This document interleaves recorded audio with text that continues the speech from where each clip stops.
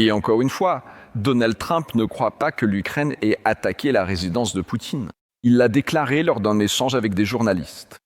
On a rappelé au président américain qu'il était en colère contre Volodymyr Zelensky après l'incident et qu'il l'avait immédiatement déclaré publiquement lors d'un briefing. Alors pourquoi, à ce moment-là, Trump a-t-il cru Poutine? Écoute-toi. Parce qu'à ce moment-là, personne ne savait. Je vais dire que j'en ai entendu parler pour la première fois. Il a dit que sa maison avait été attaquée.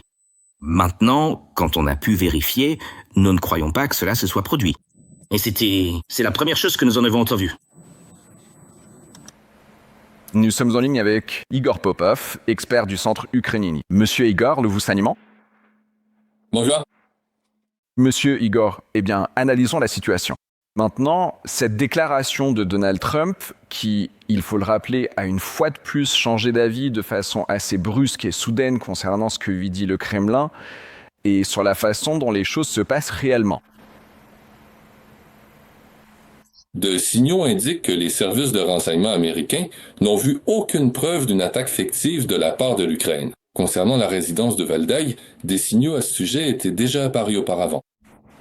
Et c'est pourquoi nous comprenons que, par des canaux de diplomatie secrète, les États-Unis ont informé la Fédération de Russie qu'il ne fallait pas se livrer à des provocations, mais qu'il fallait poursuivre les négociations de paix et accepter des compromis raisonnables.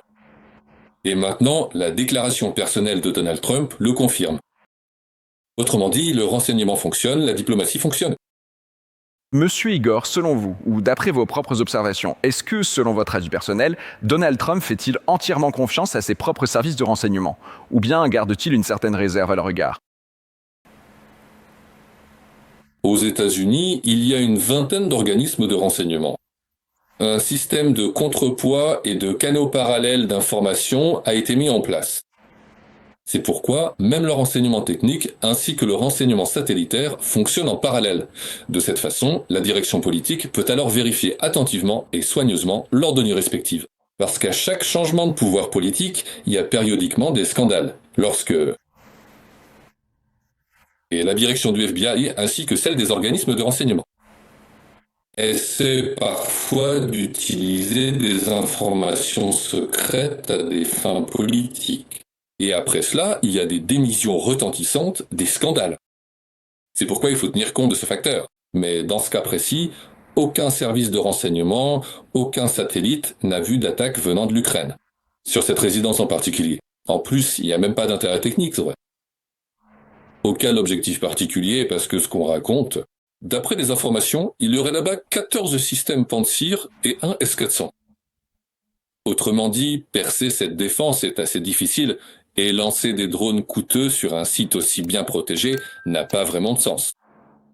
Monsieur Igor, à votre avis, excusez-moi pour le langage familier, Donald Trump et son équipe sont-ils, par exemple, actuellement sur un petit nuage, en pleine euphorie, en ce moment même? Si c'est le cas, alors... À votre avis, avec quel état d'esprit, avec quelles intentions précises et motivations personnelles ou collectives vont-ils aborder ces rencontres européennes importantes, ces réunions dont nous parlerons encore séparément dans la suite de notre discussion? En effet, l'opération au Venezuela est considérée comme un succès par l'administration américaine. C'est en grande partie le mérite personnel de Marco Rubio. Au Venezuela, il se passe aussi, encore une fois, quelque chose de secret. Il y a une diplomatie active et complexe entre les États-Unis, la Russie et la Chine. Et donc, en échange de certaines choses, peut-être pas de véritables concessions, mais au moins de la prise en compte sérieuse des intérêts économiques importants de la Russie au Venezuela, les États-Unis exigeront probablement de nouvelles concessions de la part de la Russie lors des futures négociations de paix sur l'Ukraine. Eh bien, passons maintenant à ce qui va se passer sur le continent européen. Le président Volodymyr Zelensky a annoncé des rencontres en Europe pour un travail diplomatique visant à mettre fin à la guerre. Il l'a lui-même déclaré lors de son adresse aux Ukrainiens. Écoutons-le. Nous nous préparons déjà à la prochaine semaine diplomatique. Il y aura des rencontres en Europe qui doivent constituer pour l'Ukraine une nouvelle contribution à notre défense et à l'approche de la fin de la guerre. L'Ukraine se préparera aux deux scénarios possibles de l'évolution des événements. La diplomatie que nous menons actuellement, ou bien une défense active qui se poursuit de façon continue. Si la pression exercée par les partenaires internationaux sur la Russie s'avère finalement insuffisante, alors l'Ukraine aspire à la paix. Mais l'Ukraine ne cédera sa force à personne. Alors, Monsieur Ior, les prochaines rencontres en Europe sont destinées au travail diplomatique pour mettre fin à la guerre. Quelles sont vos attentes? Comment les points de référence évoluent-ils, notamment pour nos partenaires européens?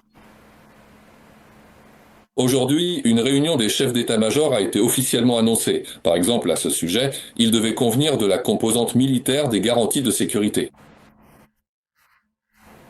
Avant-hier, à Kiev, des conseillers des dirigeants des États et des gouvernements ont travaillé sur les questions de sécurité nationale.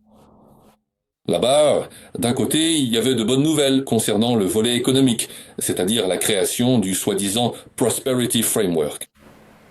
Et notre première ministre, ainsi que la ministre de l'économie, s'en sont occupés, c'est-à-dire un plan de relance de l'Ukraine avec la création de plusieurs fonds, des sources de financement et des priorités. C'est donc un élément très important du processus de paix dans son ensemble. Et la reconstruction doit commencer immédiatement après le cessez-le-feu. Et tous les plans doivent être élaborés avant ça. Mais bien sûr, les questions de garantie de sécurité ont également été discutées au niveau des conseillers. On voit que c'est compliqué. Les pays ont peur d'assumer des garanties de sécurité concrètes et de conclure des alliances de défense précises. C'est pourquoi les conseillers en ont discuté, mais au niveau politique, cela sera justement discuté cette semaine, littéralement demain ou après-demain. À Paris, d'après ce que j'ai compris, une réunion de la coalition est prévue, une réunion de la coalition en quelque sorte. Donc il est encore difficile de les qualifier de décisifs, mais les qualifier de non décisifs serait vexant.